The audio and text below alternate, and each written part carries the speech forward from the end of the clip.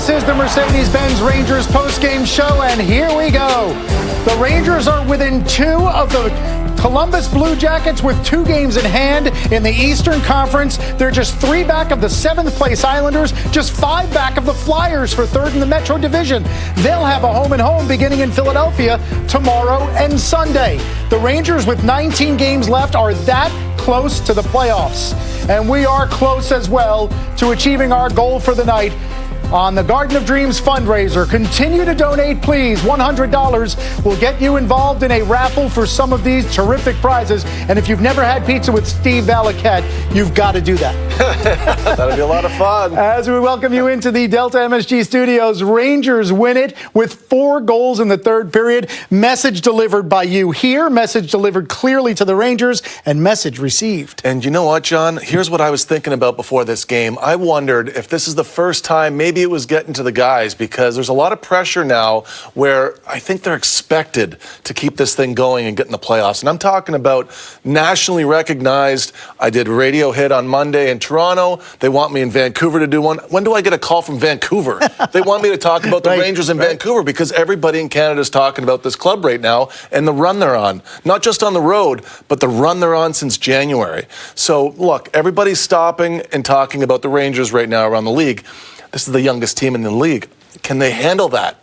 Can they still go out and play with that chip on their shoulder if now they're no longer the underdog? That's what I wondered about with this game. And as the game was getting away from them in the 2nd period, I was beginning to worry. I got to be honest. Like, you can't drop this game, but it shows the guts and how much this team cares about one another to pull it out in the 3rd like that. It's 5 straight wins. It's 9 wins in the last 10. It's 9 straight road wins, which continues a franchise record. And it's a game, Steve, in which the Rangers trailed 2-0 with 21 and a half minutes left. So who comes to the rescue? Of course, Phil DiGiuseppe, who hadn't scored in 15 months.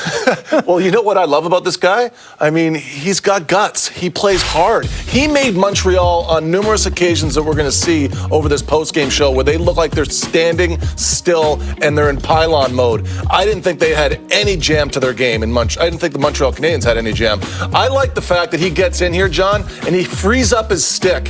He's got 2 defenders that he beats, and he frees up his stick, and he's able to make a play there and score a goal. The pass from Fox, are you kidding me? I mean, how special is this guy? I love the way Joe said it at the end of the game, too, because he had to go through adversity in the 1st period. He's on for the 1st goal. He takes a penalty. And then what does he come back and do? He has 58 electric minutes after that. High marks for him, too. Awesome job. Yeah, and he deserves a whole lot of attention for what had transpired tonight. That made it 2-1, that goal. It went more than midway through the 3rd period. And then who comes through? Magic Mika, indeed. Now a 9-game point streak. 6 straight games with a goal. The first Ranger with consecutive 30-goal seasons since Yogs back in 06 and 07. Mika Zibanejad had 30 goals in 82 games last year. He's got 30 in 50 now, and he scored the game-tying goal with 8:57 remaining. Well, funny that Yager's name pops up there, because that's what I was thinking about when Panarin brought the puck to the slot. I thought he was deferring to Zibanejad there where he should have shot it. Well, he knew better. And Montreal sat back here too, John. They're sitting back on the lead. It's 2-1, 1-1-3 in the neutral zone. But if you watch this play here, for me, Carey Price has a bad read because he gets wide in his stance. This short pass from Panarin shouldn't make Price go to the ice early and hit his knees, where now Zibanejad could shoot anywhere and score. But it reminds me, though, of the way that Pruka used to just be in that spot and defer to Yager. And I'm saying, no, don't pass it, shoot it. But sure enough, it's the right play. That pre-shot movement for Price had him scrambling all night, and he doesn't even look close to the guy that he was when he signed his $100 million deal. And he definitely didn't look like it after 2-2. The Rangers would score 3 more in the 3rd period, including 1 empty netter. The next one for the Rangers would come off the stick of the guy that we've been talking a lot about, and that's Adam Fox. And look, he was great in this game. And in the 3rd period in particular, in the first 5-7 minutes, he missed the net. He set up Kakko. He set up Zibanejad for one-timers. There were scoring opportunities for everybody coming off of his stick. But let's pay attention here after Strome has this shot on goal. Watch DiGiuseppe here. He wins that puck battle off of Nick Suzuki, who's just standing there watching it. And now the Rangers get to keep the puck. Fox gets to deliver it to the net, elevated. I talk about that all the time. For the kids that are watching, if you're playing point and you're back there, just drift it through. You just got to get it through, quick snapshot.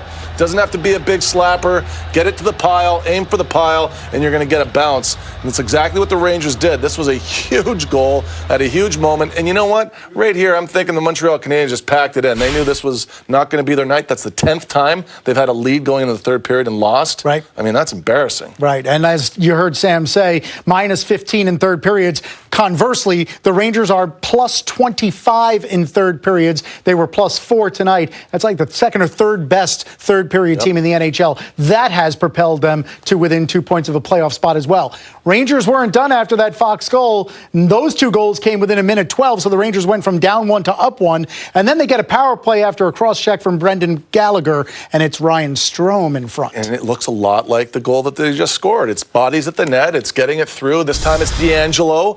Also awesome on the blue line. It's sliding up and down the blue and getting it through. But the power play, it's been dynamic. It's been dynamic since January the 1st. It's something they can lean on every night. When they score on the power play, they win, plain and simple.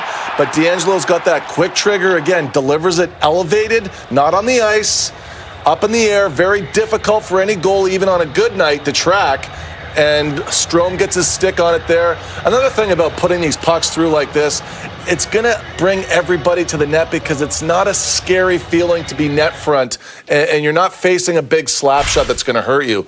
It almost brings the forwards there because they know it's a wrist shot. Yeah, Strome with his 17th there, empty netter his 18th. That's how it would end. 5-2, Rangers win. Once again, this is Garden of Dreams Foundation fundraiser night. You guys have been tremendous all night. As we said, just overwhelming exactly how much you guys have an outpouring of support on a night like tonight. We do it every year, and every year you guys come through. We're keeping the phone lines open for another 20 minutes. We ask you to do that as well. We know how good you feel after watching your team score 4 in the third to win. So please, 212-465-3900. It's a family, right? And you've seen this club now develop that. This is hard to do. We need your help. Everybody, every little bit helps. It doesn't have to be 10s and 20s and 30s.